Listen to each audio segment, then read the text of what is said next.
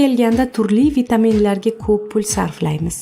Immunitetni mustahkamlash va umuman organizm faoliyatini yaxshilash yo'lini izlaymiz. Biroq nima uchun odamlar tabiat in'om etgan ne'matlarga yetarlicha e'tibor qaratishmaydi? Asal turli kasalliklarning oldini olish va davolash uchun xizmat qiluvchi ajoyib mahsulot. Bundan tashqari bu shirinlikni diabetdan aziyat chekuvchilar ham iste'mol qilishi mumkin. Faqat shuni unutmangki, asal toza bo'lishi kerak. Buning uchun uni asalarichilik bilan shug'ullanuvchilarning o'zidan sotib olgan ma'qul. Asalning organizmga foydasi. Toza teri. Asal kuchli antioksidant. U terida turli toshmalar toshishi va uning erta qarishiga sabab bo'luvchi zaharli moddalarni organizmdan olib chiqadi. Asalni iste'mol qilish bilan birga undan niqoblar yasash ham mumkin. Asaliy niqoblardan yuz terisi mayin va tekis bo'ladi. Ozish. Ma'lumki, ortiqcha vazndan xalos bo'lish jarayonida shirinlik iste'moli taqiqlanadi. Biroq asal iste'moli nafaqat ruxsat berilgan, balki tavsiya ham etilgan. U metabolizmni yaxshilaydi, natijada esa ortiqcha kilogrammlardan tezroq xalos bo'linadi. Xolesterin miqdori normallashuvi. Shunisi qiziqki, asalning o'zida xolesterin yo'q, biroq u organizmda xolesterin miqdorining kamayishiga turtki beruvchi mikroelementlarga ega. Yuqorida qayd etilganidek, asalning kundalik iste'moli organizmdagi antioksidant birikmalar natijasiga ijobiy ta'sir qiladi. Ular esa o'z o'rnida yuqori miqdordagi xolesteringa qarshi kurashadi. Sog'lom bo'g'imlar. Asalni har kuni iste'mol qilish yosh o'tgan sayin deyarli hammada namoyon bo'luvchi yurak-qon tomir kasalliklarini bartaraf etadi.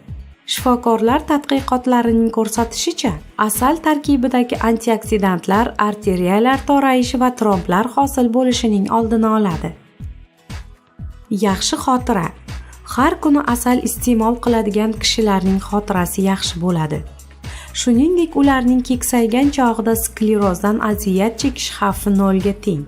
Bundan tashqari asal tarkibidagi kalsiy miya tomonidan osonlikcha o'zlashtiriladi va uning faoliyatiga ijobiy ta'sir ko'rsatadi. Sog'lom uyqu. Qattiq uyqu psixoemotsional sog'lik va go'zallik garovi. Asal organizm tez uyquga ketishiga yordam beruvchi melatonin gormoniga aylantiruvchi serotoninni ishlab chiqarishga turtki beradi. Shunday ekan, uyqu oldidan bir qoshiq asal iste'mol qilsangiz, yaxshi hordiq kafolatlanadi. Oshqozon ichak trakti normallashuvi.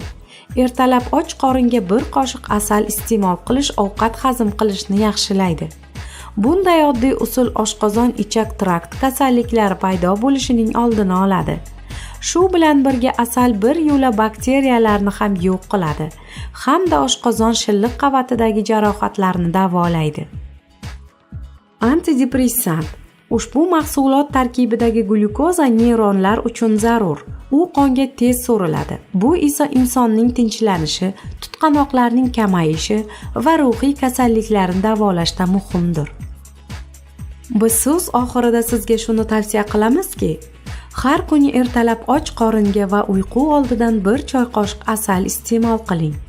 Shu bilan birga choyga qo'shiladigan qand yo shakarni ham asalga almashtirish mumkin. Faqat uni suyuqlikka qo'shmang.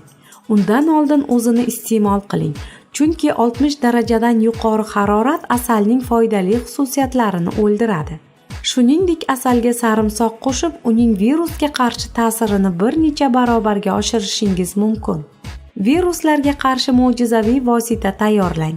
Buning uchun 500 mg asalga oldindan maydalab ezilgan 3-4 kichik bosh sarimsoq qo'shing va umringizni uzaytiring. Xayr aziz muxlis, omon bo'ling.